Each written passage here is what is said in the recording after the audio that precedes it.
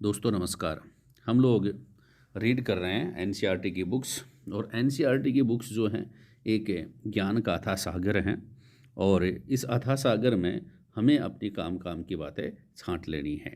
देखिए, कक्षा 7 की बुक हो चाहे कक्षा 12 की बुक हो, जो भी लाइन एनसीईआरटी की है वह ज्ञान का अथाह भंडार है। वो उनसे, उन लाइनों से, उन शब्दों से हमारे कंसेप्ट क्लियर होते हैं। देख लीजिए, फर्स्ट चैप्टर में ही क्या खास बात बता रखी है कि एक बता रखा है कि हिंदुस्तान शब्द जो है, हिंदुस्तान शब्द जो है उसका इस्तेमाल भिन्न भिन्न समय में भिन्न भिन्न क्षेत्रों के लिए हुआ है। भारत के भिन्न भिन्न क्षेत्रों के लिए हुआ है।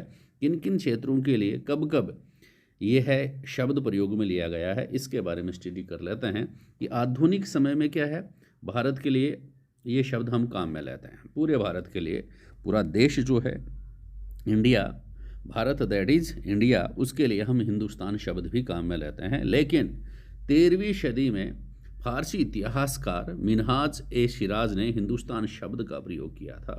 किसके लिए किया था ये वर्ष प्रश्न पूछ सकते हैं। तो पंजाब, हरियाणा, गंगा यमुना के बीच के इलाके के लिए हिंदुस्तान शब्द का प्रयोग किया था। किसने किया था? मिनहाज ए शिराज। ये फारसी इतिहासकार थे। इन्होंने हिंदुस्तान शब्द का प्रयोग पंजाब, हरियाणा, गंगा और यमुना के बीच के इलाके के लिए किया गया था। प्रश्न बात इतनी सिंपल नहीं है, इसलिए ध्यान से देखें कि यह जो इलाका था पंजाब का, हरियाणा का, गंगा यमुना का, इस पर दिल्ली के सुल्तान का अधिकार था।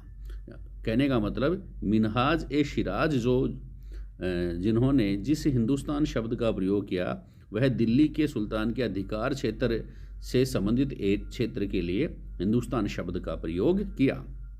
नेक्स्ट देखिए, 16वीं सदी में क्या है भाई, बाबर ने हिंदुस्तान शब्द का प्रयोग इस महाद्वीप के भूगोल, पशु पक्षी, संस्कृति को का अर्थ बताने के लिए किया था। बाबर ने हिंदुस्तान शब्द का प्रयोग किया था इस महाद्वीप में जो भूगोल हैं, पशु पक्षी हैं, संस्कृति है, इसको समझाने के लिए बाबर ने 16वीं सदी में हिंदुस्तान शब्द का प्रयोग किया गया था।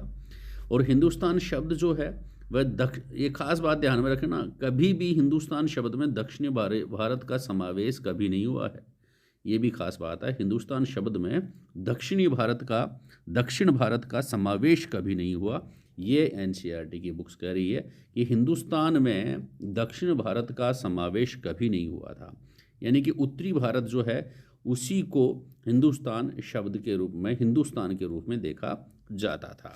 नेक्स्ट देखिए क्या खास बात है फर्स्ट चैप्टर की। एक एक लाइन इंपॉर्टेंट है, एक एक शब्द इंपॉर्टेंट है। देखिए, जियाउद्दीन बर्नी ने पहला वृत्तांत 1756 में लिखा था। काम की बात छांट के लाया हूँ कि जियाउद्दीन बर्नी जो थे उन्होंने अपना पहला यात्रा वृत्तांत 1356 में लिखा था। पूछ ले प्रश्न, जियाउद्दीन बर्नी ने अपना पहला वृत्तांत कब लिखा था? तो अब 1356 में। फिर दूसरा वृत्तांत जो था वो 1358 में, यानी कि सिर्फ 2 वर्ष बाद इन्होंने लिखा। फिर अगली लाइन जो बताती है एनसीईआरटी की, वह यह बताती है कि राजपूत का मतलब क्या है? सब जानते हैं, राजा का पुत्र। लेकिन इसकी डेट आप ध्यान में रखें, 8वीं से 14वीं सदी के बीच यह नाम प्रचलित रहा। राजपूत शब्द जनरली कब प्रचलित रहा था? तो 8वीं से 14वीं सदी के बीच ये शब्द ज़्यादा प्रचलित रहा। फिर एक इम्पोर्टेंट शब्द आता है चारण। चारण जो थे वो राजपूतों का गुणगान करने वाले व्यक्ति थे, जाति थी। चारण जातियाँ जो राजपूतों का गुणगान करती थी। राजपूत का शाब्दिक अर्थ किससे लिया जाता है भाई? राजा का पुत्र से लिया जाता है। तो मैं इसी बुक में जो फर्स्ट चैप्टर में क्या क्या खास बातें हैं उनकी हम चर्चा करेंगे, उनको समझ रहे हैं, उनको हम पढ़ रहे हैं। देखिए, नेक्स्ट जो बात है वह क्या है कि गयासुद्दीन बलबन के बारे में है। गयासुद्दीन बलबन जो था उसका साम्राज्य 1266 से लेकर के 1287 तक था। कब था भाई? 1266 से लेकर के 1287 तक इसका शासन रहा। और ये दिल्ली के सुल्तान थे। ठीक है, इनका जो साम्राज्य जो था वह पश्चिम में अफ़गानिस्तान की गजनी तक था और पूर्व में बंगाल तक था, क्योंकि बंगाल में गौड़ थे। और संपूर्ण भारत में जहाँ जिसको कहते हैं द्रविड़, वहाँ तक इसका साम्राज्य फैला हुआ था गयासुद्दीन बलबन का। मतलब गयासुद्दीन बलबन जो था उसका साम्राज्य काफ़ी लंबा चौड़ा था। कहाँ से कहाँ तक? पश्चिम में देखेंगे तो अफगानिस्तान तक, और पूर्व में देखेंगे तो बंगाल। बंगाल में गौड़, ये भी ध्यान में रखना, एक एक चीज़ बात है, गौड़ कहाँ शासन करते थे? बंगाल में। संपूर्ण दक्षिणी भारत यानी कि द्रविड़ क्षेत्र में गयासुद्दीन बलबन का शासन था 1266 से 1287। हर चीज़ ध्यान में रखनी है। 1266 से 1287। पश्चिम में गजनी, ये गजनी है भाई, गजनी अफगानिस्तान में है, और पूर्व में बंगाल, गौड़। ठीक है। एक और नाम इम्पोर्टेंट है, क्या नाम है भाई?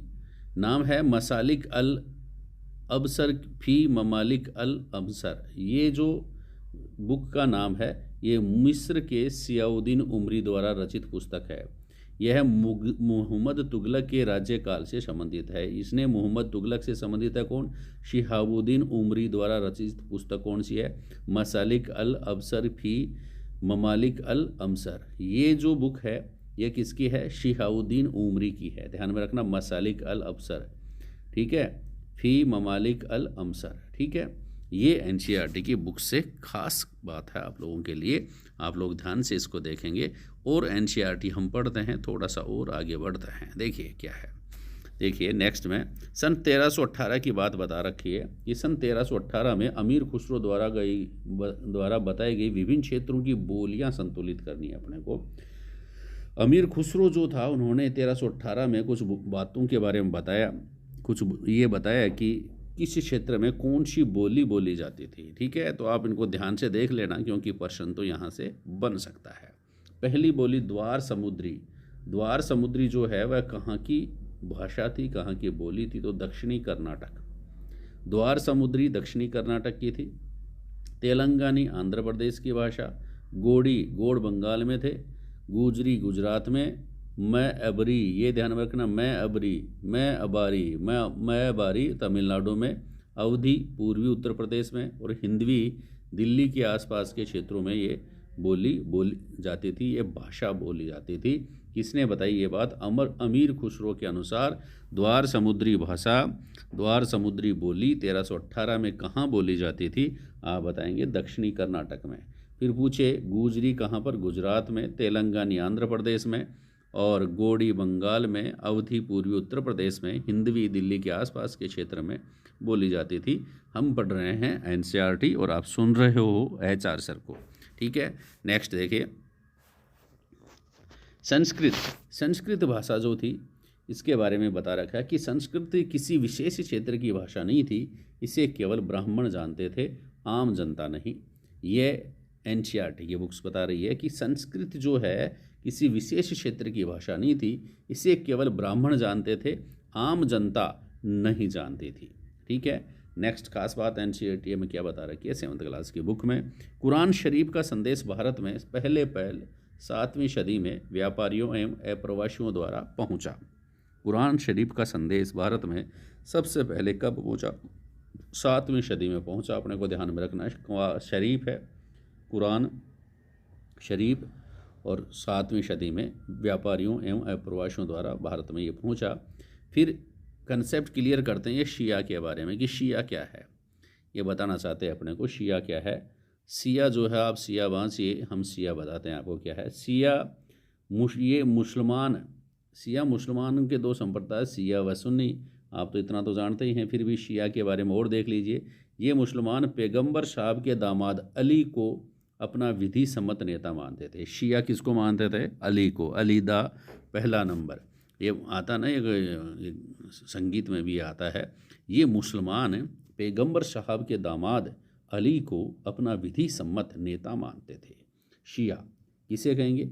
अली को। अली कौन था? पैगंबर साहब का दामाद था। शब्द महत्वपूर्ण हैं, तो शब्दों को ध्यान से रीड करें।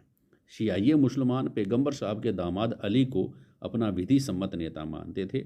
सुनी, खलीफाओं के प्रभुत्व को स्वीकार करते थे। ये क्या सुन्नी जो थे वो खलीफाओं को प्रभुत्व को स्वीकार करते थे, खलीफाओं के सिद्धांतों को ये के अनुसार अपना आचरण करते थे। तो शिया व सुन्नी। ठीक है, खलीफा कौन होते थे ये भी कंसेप्ट इस बुक में आप लोगों को करवाया गया है। खलीफा का मतलब होता है इस्लाम के आरंभिक दौर में इस धर्म का नेतृत्व करने वाले जो लोग हैं वो क्या कहलाते थे? नेतृत्व करने वाले व्यक्ति जो थे वो खलीफा कहलाते थे। इस्लाम के आरंभिक दौर में, खास बात है, इस्लाम के आरंभिक दौर में मुस्लिम धर्म है उसका नेतृत्व करने वाले क्या कहलाते थे? खलीफा कहलाते थे। अब प्रश्न 2 कंसेप्ट और कर रहे हैं आपको क्लियर। हनफी और शफी क्या है? हनफी और शफी क्या है? तो क्या बात है कि ये विशेषकर भारत में प्रचलित इस्लामी न्याय सिद्धांत है। भारत में मुख्यतः ये प्रचलित है। हनफी और शफी क्या है? हनफी और शफी जो हैं वो इस्लामी न्याय सिद्धांत है, ध्यान में रखना क्योंकि शब्द महत्वपूर्ण है। ठीक है, नेक्स्ट देखिए बात आप कि चैप्टर नंबर 2 जो है वह क्या खास बात करवाता है, क्या खास कंसेप्ट आप लोगों के याद करवाता है, चर्चा करते हैं, कुछ पर्चा हम भी पढ़ लेते हैं। देखिए 7वीं शताब्दी के बाद के राजवंश, 7वीं शताब्दी के बाद कौन कौन से भारत में राजवंश हुए उनसे संबंधित बातें अपने को ये बताना चाहता है, ये चैप्टर अपने को समझाना चाहता है। तो हम पढ़ लेते हैं 7वीं शताब्दी के बाद हुआ क्या कि बड़े भूस्वामी योद्धा सरदार भी राजा बने थे, शासक बने, जिन्हें नए राजवंश कहा जाता है। नए राजवंश यहाँ क्या मतलब है कि बड़े बड़े, पहले तो क्या राजा जो थे एक तरह वंशानुगत पद था, लेकिन बड़े भूस्वामी, बड़े योद्धा, बड़े सरदार ये भी क्या बनने लगे भाई? राजा बनने लगे। तो नए जो पैतृक राजवंश था वो फिनिश हुए और नए राजवंश भी पनपने लगे, नए राजवंश भी बनने लगे। कि कौन सी शताब्दी की बात कर रहे हैं? 7वीं शताब्दी में नए राजवंश मतलब समझ गए होंगे, बड़े भूस्वामी, बड़े बड़े योद्धा, बड़े बड़े सरदार ये राजा बने, जो कभी वंशानुगत, जो कभी पहले उनके घर में कोई राजा नहीं बना था, ना उनका दादा ना उनका बाप, ठीक है, ना परदादा ना सरदादा। तो नए राजवंशों का उदय होता है 7वीं शताब्दी में। तो कंसेप्ट क्लियर करना जरूरी है। मातहत, सामंत और सेनानायक, ठीक है, इनमें क्या अंतर, ये क्या खास बात है इनकी, इस शब्द को आप समझिए। मातहत, सामंत या सेनानायक, ये तीनों एक ही बात है। मातहत भी उसे कहेंगे, सामंत भी उसे कहते हैं और सेनानायक भी उसे कहते हैं। क्या खास बात है? ये राजाओं के कृपा पात्र थे। एक एक शब्द इंपॉर्टेंट है। राजाओं के कृपा पात्र थे, यानी कि राजा इनको अपने पास रखता था, राजा की दया मेहरबानी इन पे रहती थी। लेकिन ये भी खास बात है कि ये लोग राजाओं को सैन्य सहायता प्रदान करते थे। ये लोग जो थे, जो व्यक्ति मातहत या सामंत या सेनानायक जिनको अपन कहते हैं, वो क्या करते थे? राजाओं को सैन्य सहायता प्रदान करते थे। खास बात ध्यान में रखना, सैन्य सहायता का मतलब है या अपने पास कुछ व्यक्ति या कुछ सेना रखते थे और जब युद्ध होता था तो ये राजाओं के पास अपनी तरफ से सेना भेजते थे, उन्हें राजाओं को उपहार देते थे और दरबार में हाजिरी भी लगाते थे, समझ गए। लेकिन खास बात क्या है, ये मातहत या सामंत या सेनानायक जो थे ये वेतन नहीं लेते थे, और वेतन नहीं लेते थे तो क्या करता था? राजा इनको कोई ज़मीन इनके नाम कर देता था और उस ज़मीन में जितने भी लोग रहते थे, उस भूमि में जितने भी लोग रहते थे, उनके से कर लगा कर ये उस सेना को पालन पोषण करता था, यानी कि सेना तैयार करता था। और इस प्रकार ये भी काफ़ी धीरे धीरे बलवान होने लगे। सामंत अपने आप को महासामंत कहने लगे, कोई ज़्यादा बलशाली हो गया, या फिर महामंडलेश्वर भी घोषित कर देते थे। और कभी कभी इतने पावरफुल हो जाते थे कि राजाओं के आधिपत्य से स्वयं को स्वतंत्र करने का दावा भी करते थे। राजाओं का आधिपत्य कि मैं उस राजा के अधीन नहीं करूँगा, मैं राजा को खुद ही हराने की क्षमता रखता हूँ, ठीक है। ऐसे ऐसे सामंत भी उस समय पैदा हो गए थे, जिनको महासामंत, महामंडलेश्वर भी अपन कह सकते हैं।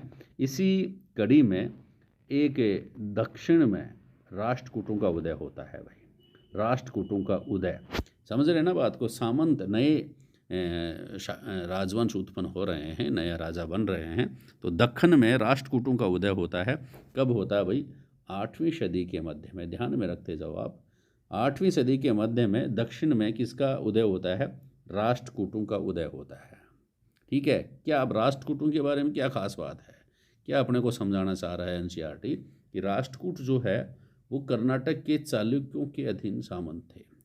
कर्नाटक के चालुक्यों के अधीन थे, यानी कि चालुक्यों के सामंत थे। कौन? राष्ट्रकूट, उनके अधीन थे, ठीक है, उनके मातहत थे। लेकिन राष्ट्रकूट का जो प्रधान या जो सेनानायक था या सामंत था दंती दुर्ग जो था, उन्होंने क्या चालुक्यों की अधीनता को मानने से मना कर दिया और उसे हरा दिया। दंती दुर्ग जो था, उन्होंने चालुक्यों के तो सामंत तो थे और चालुक्यों के राजा को उन्होंने परास्त कर दिया और क्या बना लिया भाई, अधीनता से स्वीकार करने से मना कर दिया। और उन्होंने खुद क्या किया, उन्होंने खुद वहाँ का राजा घोषित कर दिया, चालुक्यों को हरा दिया और अपना नया वंश स्टार्ट कर दिया। उस वंश को क्या नाम दिया, राष्ट्रकूट वंश नाम दिया। नेक्स्ट खास इंपॉर्टेंट शब्द आपके सामने स्क्रीन पे है, हिरण्यगर्भ यज्ञ।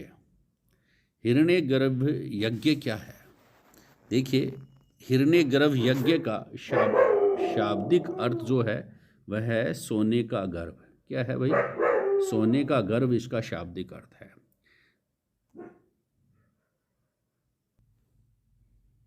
देखिए, हिरण्यगर्भ यज्ञ की क्या खास बात है कि शाब्दिक अर्थ तो आपको पता है, सोने का गर्भ। दंती दुर्ग ने हिरण्यगर्भ नामक अनुष्ठान करवाया था। इसके बारे में क्या मान्यता थी भाई? इसके बारे में यह माना जाता था कि जब यह अनुष्ठान ब्राह्मणों द्वारा या ब्राह्मणों की सहायता से संपन्न किया जाता है तो इसे याजक या जन्म से क्षत्रिय न होते भी इससे ये यज्ञ संपन्न हो गया तो इससे क्या है, जन्म से क्षत्रिय जो व्यक्ति, कोई भी व्यक्ति जन्म से क्षत्रिय न होते हुए, याजक का मतलब यज्ञ करवाने वाला व्यक्ति अगर जन्म से क्षत्रिय नहीं हो तो होते हुए भी क्षत्रिय के रूप में दोबारा क्षत्रियत्व प्राप्त कर लेता है। ठीक है। कंदव मयूर शर्मण, एग्जाम्पल क्या बता रहे हैं, कंदव मयूर शर्मण और गुर्जर प्रतिहार हरिश्चंद्र ब्राह्मण थे। क्या थे? हरिश्चंद्र ब्राह्मण थे, लेकिन सैन्य कौशल प्राप्त कर ये क्षत्रिय बने थे। ठीक है। तो हिरण्यगर्भ यज्ञ के बारे में आपने खास बातें सुनी होंगी, खास बातें रीड की या आपको समझ में आई होंगी। बहुत काम की बातें हैं। एनसीईआरटी ज्ञान का था भंडार है, अथाह सागर है। अपने काम की बातें अपने को छांट लेनी है। एनसीईआरटी के इस भंडार में से मैं भी आप लोगों के लिए चूज करके लाया हूँ। एक और देखिए, तमिलनाडु की खास बात आ रही है। तमिलनाडु जो है उसमें चोल वंश के करों के बारे में 400 शब्द मिलते हैं। 400 शब्द जो है वह करों के बारे में मिलते हैं। ठीक है। अभिलेखों से, है ना, चोल के जो अभिलेख है वहाँ 400 लगभग शब्द मिलते हैं। देखो, एक है वेटी। वेटी क्या है? वेटी क्या है? यह है कर नगद के बजाय जबरन श्रम के रूप में मिला है। कर है ये, लेकिन नगद पैसे नहीं लेते थे वेटी में। क्या करते थे? जबरन श्रम के रूप में इसको काम में लिया जाता कि आपको ये काम करना ही पड़ेगा। यह कर कहलाता था वेटी। क्या कहलाता था? वेटी। और दूसरा है कदमई। यहाँ पर क्या है? कदमई। कदमाई। कदमई क्या था भाई? एक भू राजस्व था। प्रश्न बस लेते, कदमई क्या था तो कर ही, लेकिन भू राजस्व, भूमि से वसूला जाता था, भूमि की उपज से वसूला जाता था। वेटी क्या था? नगद कर नहीं था, जबरन श्रम के रूप में इसको काम में लिया जाता था। जबरन श्रम। ठीक है, ये आप ध्यान में रखेंगे। नेक्स्ट, ग्वालियर प्रशस्ति के बारे में आया है। ग्वालियर प्रशस्ति के बारे में क्या खास बात है कि ग्वालियर प्रशस्ति प्रतिहार नरेश नागभट्ट के कार्यों का वर्णन करती है। नागभट्ट के जो कार्यों का उसका वर्णन करती है। क्या बात करती है कि इसके अनुसार आंध्र, सैंधव, विदर्भ, विदर्भ कहाँ पर? महाराष्ट्र का एक हिस्सा। एक शब्द महत्वपूर्ण है। कलिंग क्या था? उड़ीसा के राजा, उनके आगे धराशायी हो गए थे। ठीक है। उसके नागभट्ट के कार्यों का वर्णन करता है, नागभट्ट की विजयों का वर्णन करता है कि इसके अनुसार आंध्र, वैष्णव और विदर्भ कलिंग के राजा तथा कलिंग के राजा उनके आगे धराशायी हो गए थे। उन्होंने कनौज के शासक चक्र युद्ध को भी पराजित किया था। कन्नौज के शासक चक्र युद्ध को किसने पराजित किया था? नागभट्ट ने पराजित किया था। उन्होंने बंगाल, अनर्त गुजरात का हिस्सा, मालवा मध्य प्रदेश का हिस्सा, किरात वनवासी, तुरुष्क तुर्क, वत्स्य या मत्स्य उत्तरी भारत और को इन्होंने परास्त किया था। ये सारी बातें किससे प्राप्त होती हैं? ग्वालियर प्रशस्ति से। एग्जाम में आ गया ग्वालियर प्रशस्ति के बारे में आप क्या जानते हैं? तो आप बताएंगे। यह प्रतिहार नरेश नागभट्ट के कार्यों का वर्णन है। करती है। इसके अनुसार आंध्र शैंधव विदर्भ, आंध्र प्रदेश शैंधव सिंधु के आसपास का क्षेत्र, विदर्भ महाराष्ट्र का हिस्सा, कलिंग उड़ीसा के राजा उनके आगे धराशायी हो गए थे। उन्होंने कनौज के शासक चक्र युद्ध को पराजित किया। उन्होंने बंगाल, अनर्त, गुजरात का हिस्सा, मालवा, मध्य प्रदेश का हिस्सा, किरात, बनवासी, तरुष्क, तुर्क, वत्स्य या मत्स्य, उत्तरी भारत को पराजित किया था।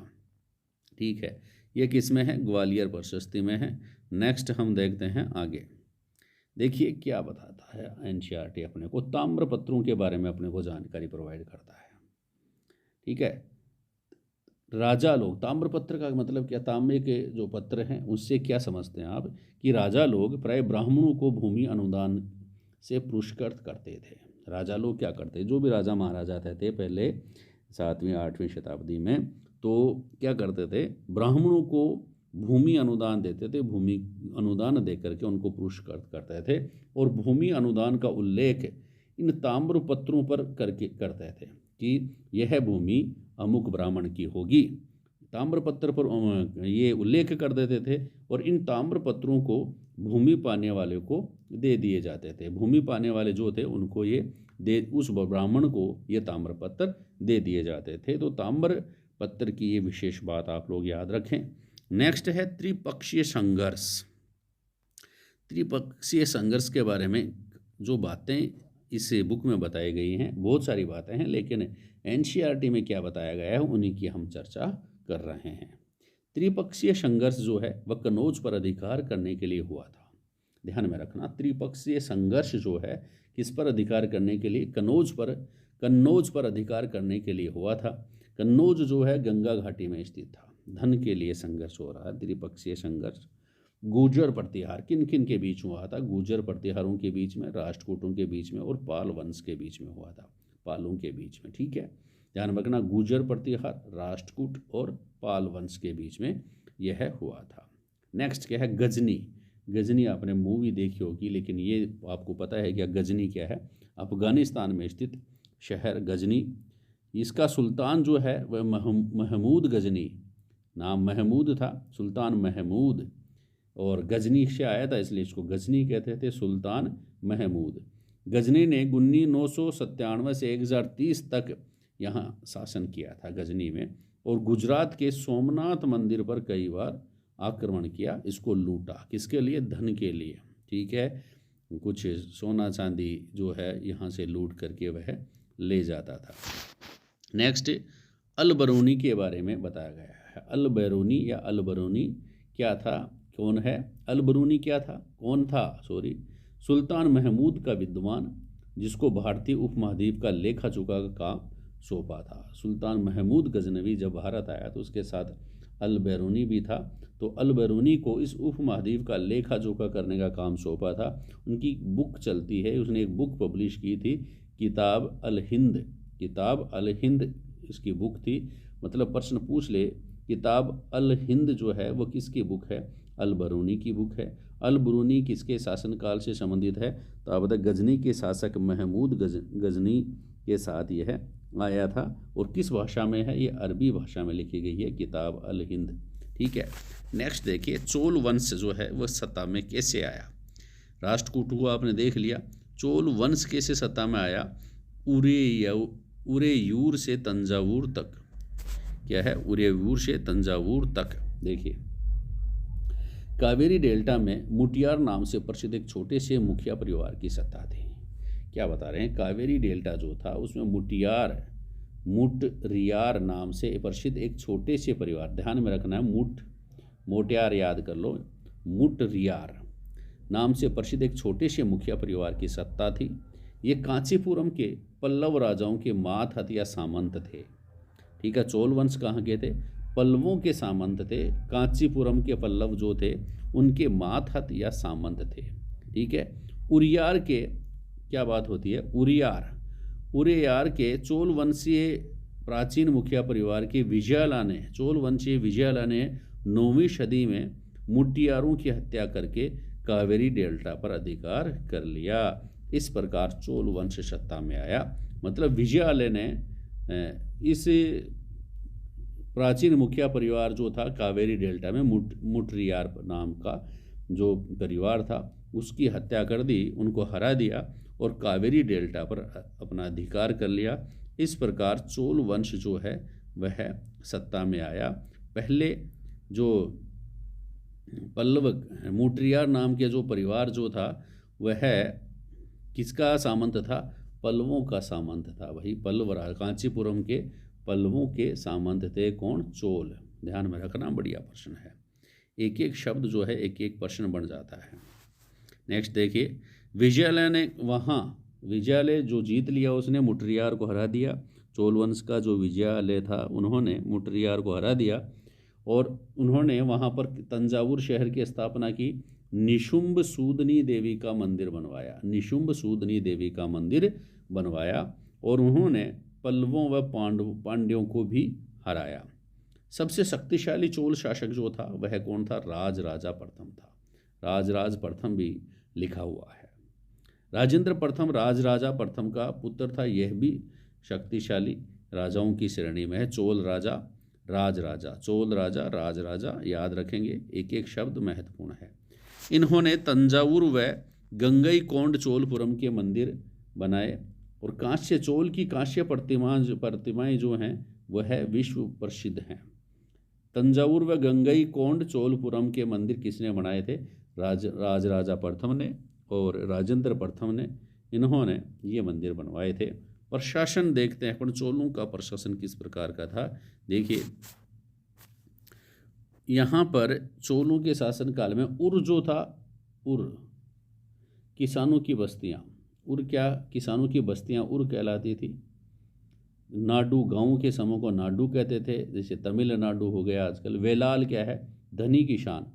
केंद्रीय चोल सरकार में नाडु के काम पर ये नियंत्रण करते थे। मुवेंद वेलन, मुवेंद वेलन क्या था? मुवेंद 3 राजाओं, वेलन अपनी सेवाएं देने वाला किसान। 3 राजाओं को अपनी सेवाएं देने वाला किसान क्या कहलाता था? मुवेंद वेलन कहलाता था। अरैयार, अरैयार क्या था? यह प्रधान का पद था। अरैयार क्या था? अरैयार प्रधान। ठीक है। नेक्स्ट खास बात आप देखिए,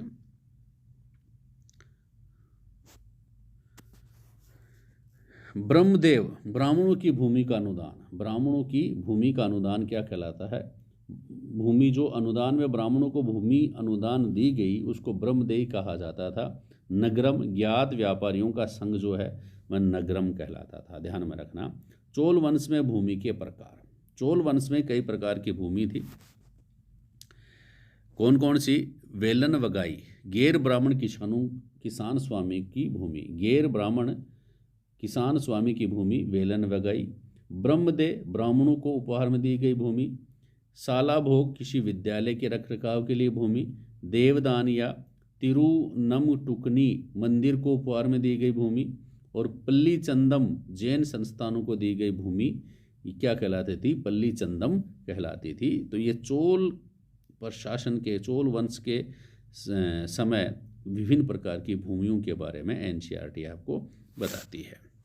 नेक्स्ट देखिए, ऐसा साम्राज्य या वंश या राजवंश जिसमें नौकरशाहों की नियुक्ति प्रतियोगी परीक्षा के माध्यम से की जाती थी। ठीक है। ऐसा साम्राज्य या वंश या राजवंश जिसमें नौकरशाहों की नियुक्तियां प्रतियोगी परीक्षाओं के माध्यम से की जाती थी वह वंश था तांग वंश। तांग वंश चीन में 300 वर्षों तक रहा था। 7वीं सदी से 10वीं सदी तक रहा। राजधानी रही शियान। और तांग साम्राज्य में परीक्षा के माध्यम से जो नियुक्ति होती थी वह उसके द्वारा नौकरशाही वह नियुक्त करता था। और उस परीक्षाओं की खास बात थी, उन परीक्षाओं में हर इच्छुक व्यक्ति बैठ सकता था। अधिकारियों के चयन की व्यवस्था कुछ बदलावों के साथ 1911 तक यह कायम रही थी। ठीक है।